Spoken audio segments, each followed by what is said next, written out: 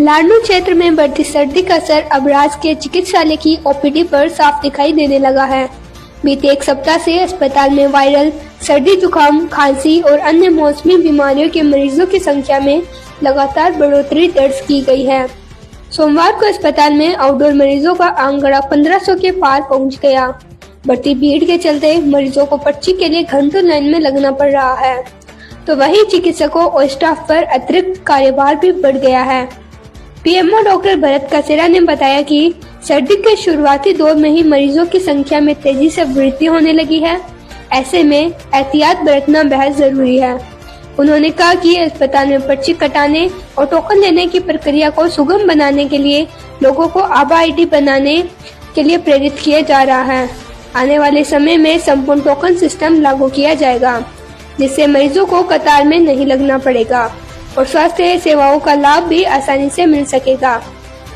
Physician doctor चेन्नाराम Chaudhary ने इस बदलते मौसम में आमजन से अपने बच्चों और बुजुर्गों का विशेष रूप से ख्याल रखने, गर्म कपड़ों का उपयोग बढ़ाने और मौसमी बीमारियों के लक्षण दिखने का तुरंत चिकित्सकीय परामर्श लेने की अपील की है। देखिए, अभी सर्दी का महीना चल रहा है। सर्दी जुकाम के मरीज थोड़े बड़े हैं, लेकिन एवरेज मरीज लगभग उतने ही हैं। हमारी एवरेज डेली जो ओपीडी है वो 1000 से लेके 1200-1300 तक चलती है और उतनी ही आ रही है। ये है कि अभी मरीजों का टोकन सिस्टम से पर्चियां कट रही है। उसके लिए हम उनकी आभा आईडी बनाते हैं, आधार कार्ड से लिंक होती है आभा आईडी, और उस ऐप डाउनलोड करवाते हैं। वो मरीज जैसे अभी तो बहुत सारे मरीजों की आभा आईडी बनी हुई नहीं है और बहुत सारे मरीज आधार कार्ड लेके भी नहीं आते हैं, तो उनके हम आभा ID on the spot Abha ID बनाते हैं और टोकन सिस्टम से उनकी पर्ची कटवा रहे हैं, जो कि राज्य सरकार के निर्देश है कि टोकन सिस्टम से ही करवाना है। तो ज्यादातर से ज्यादा मरीजों के हम टोकन सिस्टम से रजिस्ट्रेशन करते हैं, तो उसमें थोड़ी भीड़ लग जाती है। हाँ, टोकन के लिए आभा आईडी जरूरी है। उसी से ये ना उसकी जो डिजिटल हेल्थ रिकॉर्ड है उसी से आगे मेंटेन रहेगा।